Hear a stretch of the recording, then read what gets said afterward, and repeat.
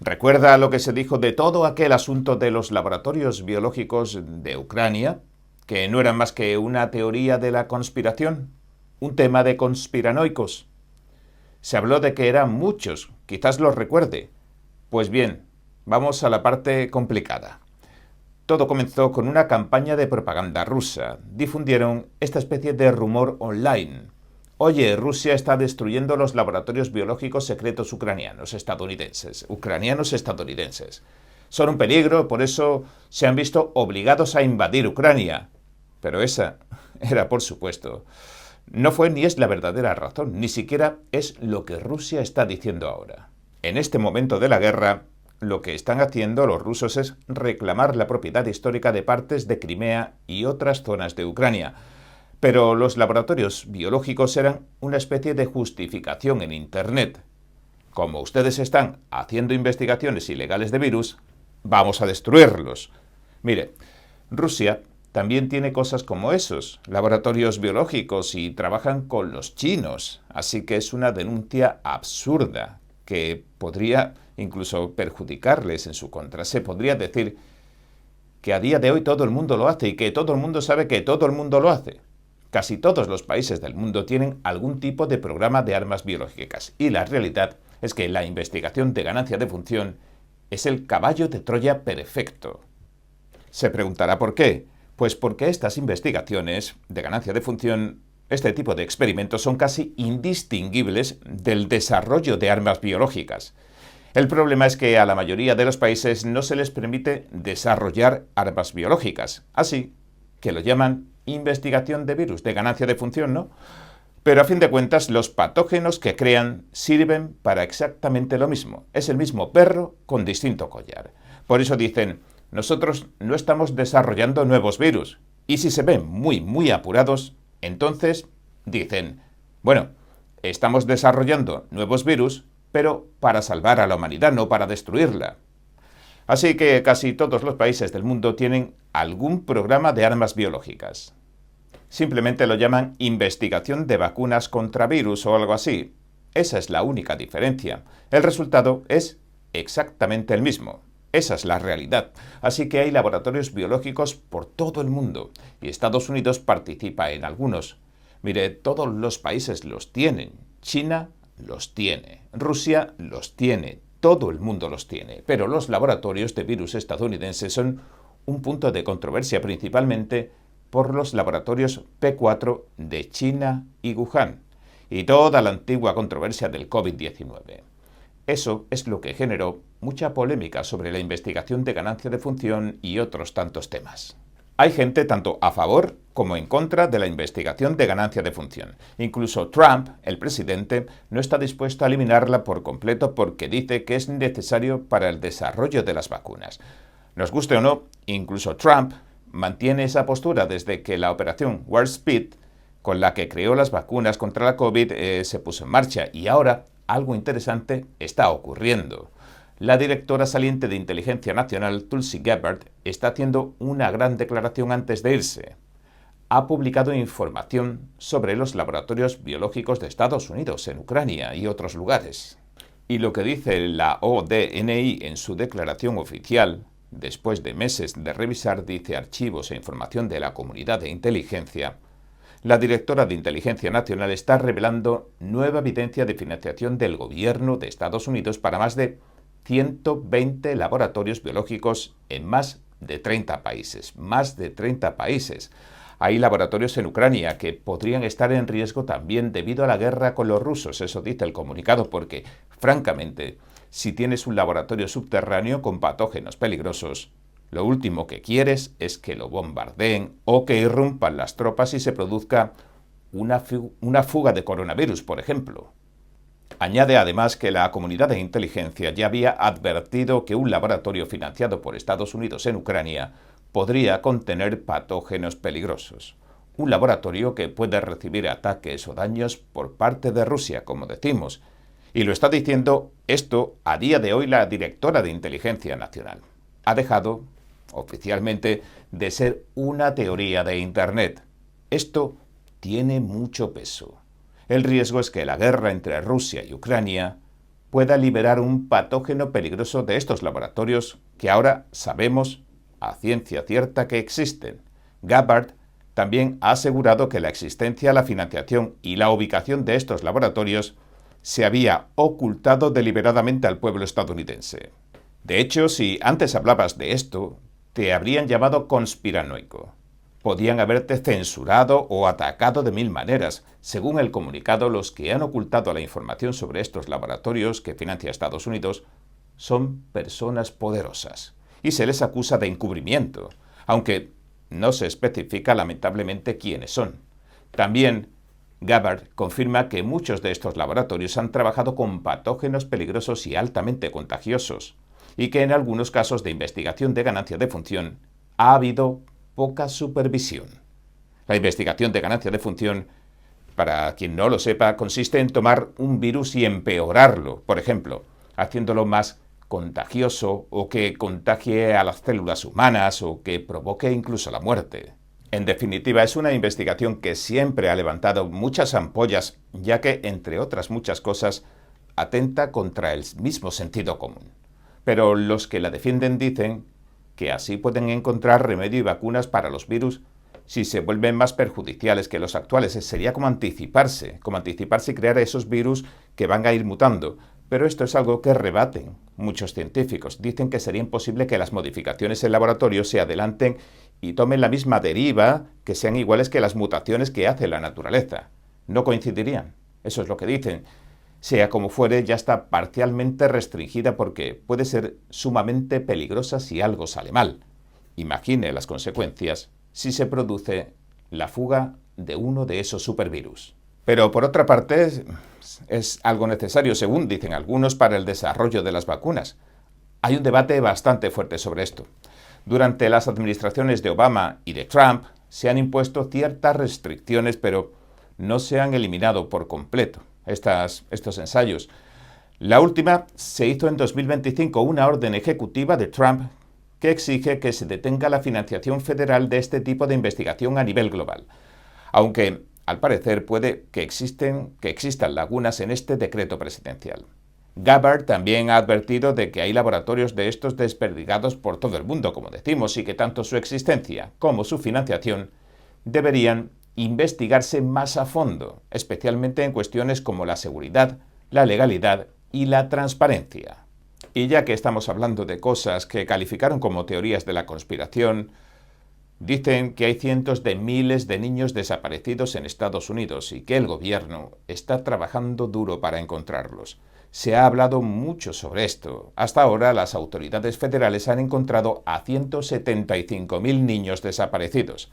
Algunos estaban siendo víctimas de abuso sexual. Son redes de tráfico y explotación sexual y, lamentablemente, aún quedan muchos desaparecidos.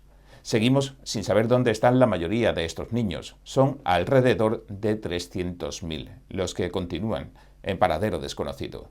Just the News, el diario, ha informado de que el fiscal general interino de Estados Unidos, Todd Blanche, ha revelado datos estremecedores sobre los esfuerzos de la administración Trump para encontrar a cientos de miles de menores extranjeros no acompañados que se han dado por desaparecidos. En inglés se les llama UAC, UAC.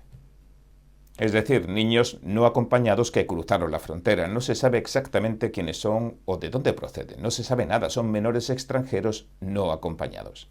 Son menores con los que trafican hasta la frontera de Estados Unidos y introducen ilegalmente en el país bajo el pretexto de reunirse con familiares. En realidad a muchos los traficaron a través de una compleja red de organizaciones criminales transnacionales. Durante la administración Biden fueron cerca de 500.000.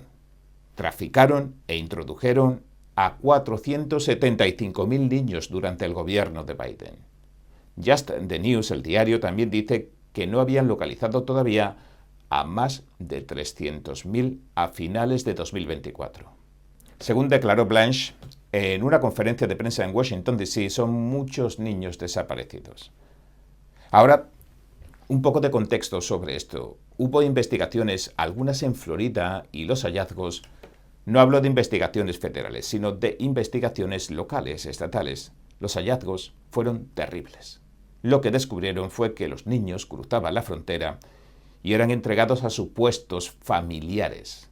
Algunos de esos lugares eran clubs de striptease. También había terrenos vacíos.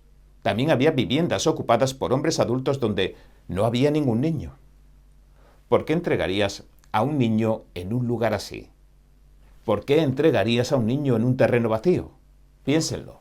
Eso fue lo que encontraron las investigaciones en Florida sobre los lugares a los que se estaba enviando a estos niños.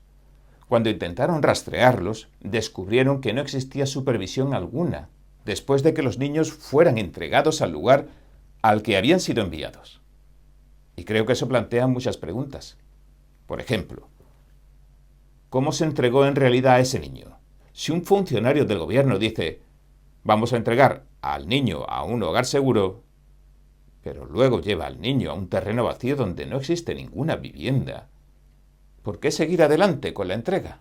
Reflexionen sobre eso un minuto. Pues eso es justamente lo que estaba ocurriendo según las investigaciones en Florida. De hecho, fue el fiscal general de Florida quien elaboró un importante informe sobre esto. Fue una información muy interesante. Ahora bien, el otro contexto de esto es que no todos estos niños son realmente niños. Lo explico.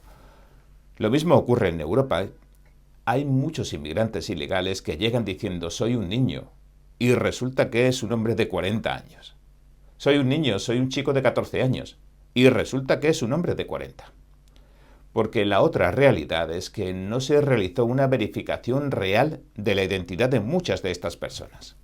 Muchos se deshacían de sus documentos antes de entrar ilegalmente en un país.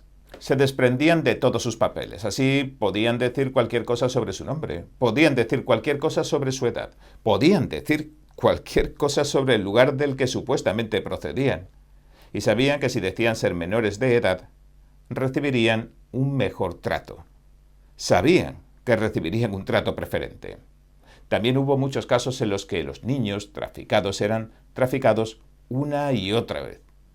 Pasaban con ellos una y otra vez la frontera, porque los cárteles descubrieron que si un grupo de inmigrantes ilegales viajaba con un menor, con un niño, recibía un trato preferente. Podían mentir sobre su relación familiar. Todos estamos con este niño, todos somos la familia de este niño. Y entonces pasaban de ser inmigrantes, simplemente inmigrantes ilegales, registrados, a convertirse en una familia que buscaba refugio. Y luego surgía todo aquello de ¿van ustedes a separar familias? Cuando Trump llegó al poder durante su primer mandato, esa fue la razón por la que comenzó a exigir pruebas de ADN.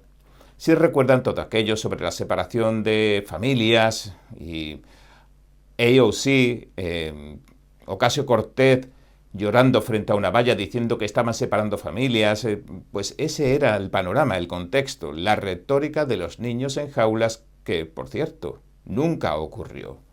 Los centros de retención eran los mismos que los de la administración Obama. Las fotografías de niños en jaulas de los medios de comunicación procedían, en realidad, de una protesta, no de hechos reales.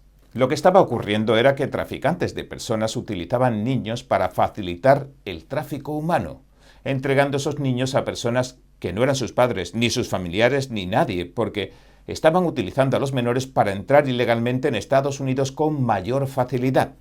Los cárteles luego volvían a traficar con esos niños, los liberaban o hacían con ellos cualquier cosa. En muchos casos abusaban de ellos. Y el problema era que estos niños terminaban siendo víctimas de abusos sexuales.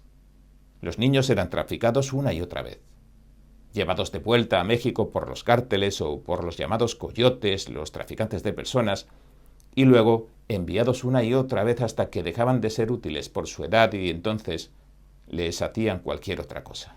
Eso era lo que estaba ocurriendo.